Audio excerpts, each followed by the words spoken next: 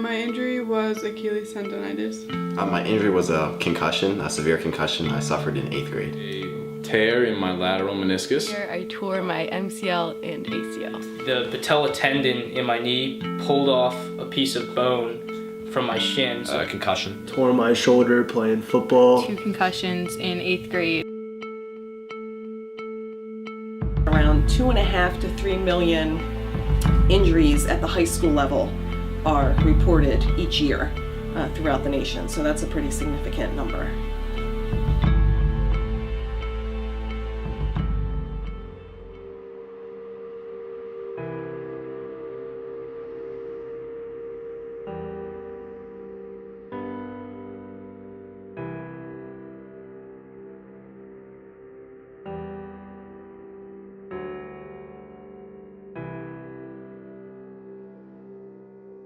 I've seen a lot of things on both ends of the spectrum. I've seen athletes who sustain a significant injury and it doesn't seem like it affects them at all. But I've seen athletes who've had a major ligament tear or they need surgery and their career is over, you know, for their high school, and they're just devastated. I got the injury in August and I got back in May. So I believe that's 10 months. And it was just the slowest 10 months of my life. I couldn't do anything. Not being able to lift after I hurt my shoulder was kind of devastating. Like, not only did I get like really mushy and like kind of chubby, but it was something that I did like 5 times a week. So like I needed something else to do after that. It's frustrating because I've always been pretty athletic and always active, so it's annoying. To go through all of that and to like work your butt off and then not be able to play the entire season is like so defeating. The biggest change was really just not being on my feet. Sitting there and just being so bored out of my mind was really tough. I couldn't work out, which was something that I always did, and I actually put on a lot of weight because of that, so that was probably the biggest change. I think there's some fear and there's some anxiety in coming to your athletic trainer or not coming to your athletic trainer because, again, I'm gonna have to say no, and usually I do. I thought to myself, I may not be able to play soccer again. Like, it might be over for me, like that was it. Mostly just, oh crap, lacrosse season is in like 2 days, this sucks. Like, it was just really kind of defeating because I was really excited for the upcoming season because it had been it had been a really fun sport for me up until then. So. But I don't think I'll be able to play soccer again because the percentage of me like tearing my ACL again is very high, and I don't really think it's worth risking it. The first couple weeks I definitely was nervous and a little bit low on self-esteem, thinking, you know, can I really do this? Am I going to be good to play?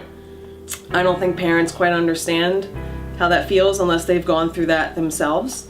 And again, in today's society, being a kid is hard enough now, especially in high school. There's so much pressure to do well in the classroom, to do well out of the classroom, if you're playing sports or doing other activities, to do well in those. So if you suffer an injury, you know, there's that added stress as well. I wasn't necessarily depressed, but I definitely wasn't my own self, where I wasn't, you know, happy. I wasn't excited to go and do things. I was just kind of just...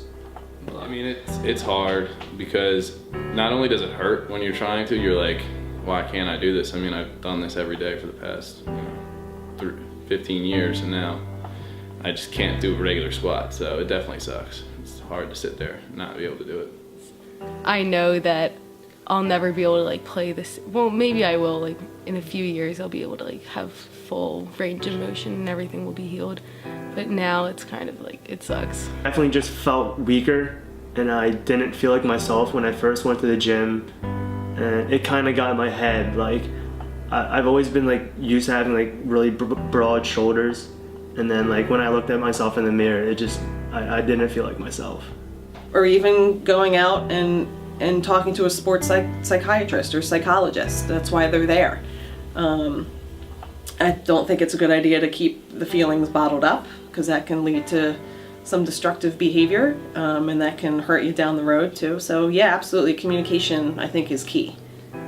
now, like, my shoulder still isn't 100%. Like, whenever I'm playing a sport, it's always tweaking. It's always in my head, and I can never play like 100%. Like when I'm playing basketball, just playing pickup, I can never go as hard as I could before because my shoulder is still it's still weak in ways, and like when I lift, I can't do the same amount of weight, like not even close, because my shoulder's still holding me back. It was a really bad injury, for me at least. I know a lot of people who have gotten like multiple ones and are like can keep playing sports, but I got 2 within 6 months and I was out for a really long time and not able to do anything. So I think that really like affected me. Play for that entire season, and it ended up kind of, because of not being able to play that one season, kind of derailing lacrosse for the rest of high school. So I didn't realize how much it meant to me until I got that injury.